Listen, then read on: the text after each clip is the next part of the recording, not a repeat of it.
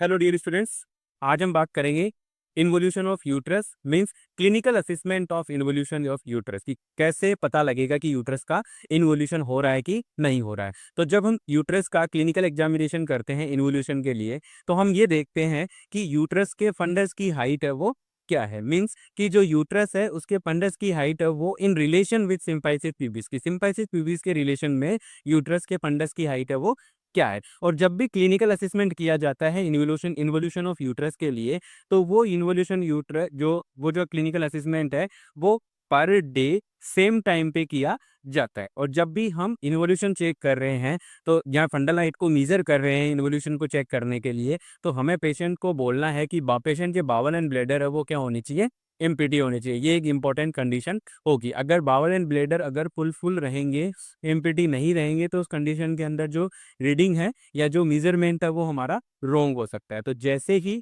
Following the delivery means immediately after the delivery जो uterus के fundus की height है वो क्या रहती है, at the level of umbilicus means 13.5 centimetre above the symphysis pubis रहता है। और डिलीवरी के फर्स्ट 24 आवर के अंदर जो यूट्रस की हाइट है वो कांस्टेंट रहती है means at the level of umbilicus means यानी कि at the 13.5 centimetre above the symphysis pubis. लेकिन उसके बाद जो यूट्रस है वो पर डे 1.25 सेंटीमीटर क्या होता है, उसकी हाइट डिक्रीज होती है। फंडल हाइट है वो 1.25 सेंटीमीटर पर डे डिक्रीज होती है। तो इसके अकॉर्डिंग हम ये कह सकते हैं कि डिलीवरी के बाद फर्स्ट 2 वीक के अंदर यूट्रस है वो पेल्विक ऑर्गन में कन्वर्ट हो जाता है। तो ये है clinical assessment of involution of uterus.